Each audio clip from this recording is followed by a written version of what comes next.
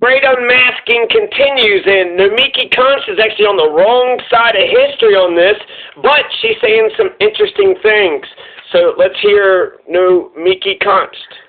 The position that we all hope for, and somebody who doesn't actually get along with Nancy Pelosi was given that position, Representative Rice. Let's put that on screen real quick if we have a clip of it. Okay, so there's this tweet from Alex Salmon. Crushed AOC 49-13 in favor of Kathleen Rice, a backbench right-winger, Democrat obviously, who is a known enemy of Pelosi. Meanwhile, the other progressive priority of ENC, Sylvia Garcia, was left off the slate without even getting to a vote. Guys, are we just playing this game wrong? Like, Fantastic question, Nomiki Konst. She just sat there and pointed out that Kathleen Rice had won the Energy and Commerce Committee chair because she had threatened to not vote for Nancy Pelosi for Speaker. She crushed AOC because she used the Jimmy Dore tactic. She used the Jimmy Dore tactic.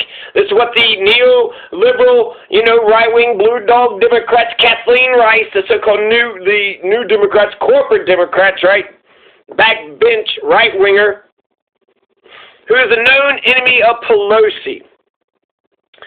How did a known enemy of Pelosi beat AOC 49-13? They say the centrists, the right-wingers, the far right-wingers just crushed any hope that America has.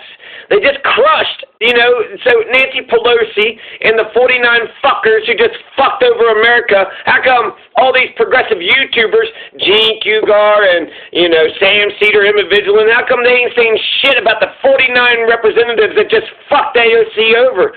They just fucked her over. You want to talk about committee chairs and back, door deals and all this bullshit? This proves that the Jimmy Dore tactic works. It worked for Kathleen Rice. It's working for the neoliberal Democrats. And it also proves that AOC doesn't know what the hell she's doing. Her tactics suck. She did not win the thing. There was an election. She lost the election. She is not the chair of the Energy and Commerce, committee. And so what in the fuck?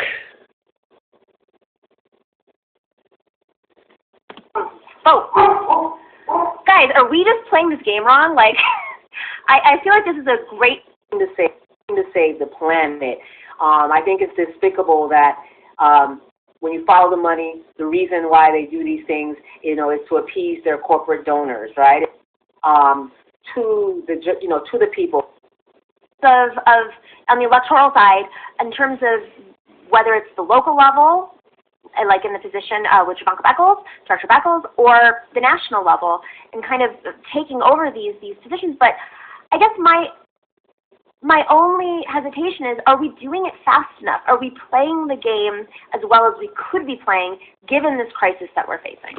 Absolutely not. Nomiki Konst actually mentioned something about how there is no national strategy. We don't have a strategy. We do have a strategy. It's called Force the Vote, and it's, put pressure on Nancy Pelosi to get us universal health care, and, write a wish list, get a top 10 list and say, here are the 10 things that we want, and then get all the progressives, all the squad, in unison on those 10 things. Here's 4 things we can do by pen, okay?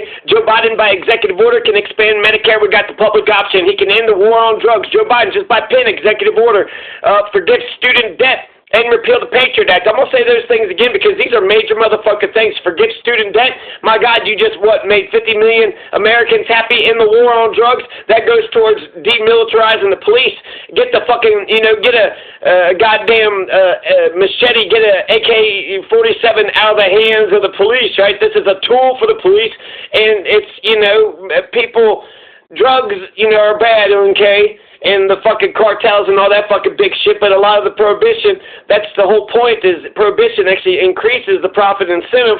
So ending the war on drugs is something you can do by pen, and it helps to demilitarize the police. We got to stop killing people in America. The cops keep killing motherfuckers, and they can't stop themselves, and the public option. So we can get ourselves health care. We can get ourselves better police. We can get ourselves some student debt relief, and we can repeal the Patriot Act so we can get our privacy back, right? Fucking snooping on our emails and snooping on our phone calls.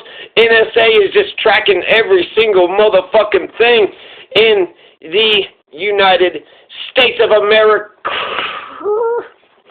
Yeah, you know, I think it's a good question. When I was reading about the appointment, right, I'm going to be honest with you, I was like, okay, this is just like palace intrigue, right? Because, like, meanwhile, we have millions of people out here who are losing their jobs, who have lost their jobs, ever going to represent the interests of the working class in any substantial way.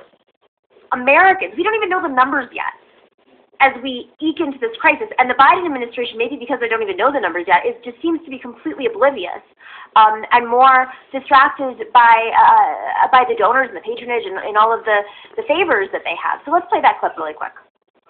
You have it? Oh, sorry, it's just Bernie. Excuse me. I thought it was AOC as well. Democrats willing to compromise because they're banking on more relief next year after President-elect Joe Biden takes office. But some progressive Democrats are restless. Alexandria Ocasio-Cortez telling The Intercept it's time for fresh faces. I do think that we need new leadership in the Democratic Party. Asked about her comments, progressive Senator Bernie Sanders, who ran against Biden in the primary, said Democratic leaders gave up too much to cut the relief deal. If you're asking me, do I think that this bill was well negotiated, I don't. There should have been a lot more money in it than there currently is. I mean, case in point right here. Director Beckles. I love Bernie. Because that's why they had to stop that brother. Because as Nina Turner said, they don't want truth sayers. They want people who are just going to be bowed down and just spewing lies or just keeping quiet. So I love that Bernie, speaks the truth to power every single time. He's not afraid, and and that's why I love the work that new awakening of. And even the conservative. I mean, first off, the Democratic Party used to actually fight Republicans, and they'd be able to call them out. But also Nixon, of course, is nowhere near. Forget the Republican Party, the Democratic Party of today. Right. So. And even if Johnson wasn't perfect, which he definitely wasn't, he at least heard what was happening and responded to the crises of the moment. And I'm like, are these people zombies? I mean, Bernie's up there after doing this for 45 years in the biggest crisis of his generation, and our generations, of course. And it's like, what is he doing? He's like yelling into a desert. Is this thing on? Is this thing on? I think it's funny, like, maybe they're zombies in the sense that they're just, like, trudging along through life. I mean, I don't know. To my mind, they're just, like, very, very comfortable. They've got their job. They're surrounded by other people. So, yeah, Nomiki Konst said some interesting things. And, like, she could it comes down to us. Evolve. The movement. She could smell the roses.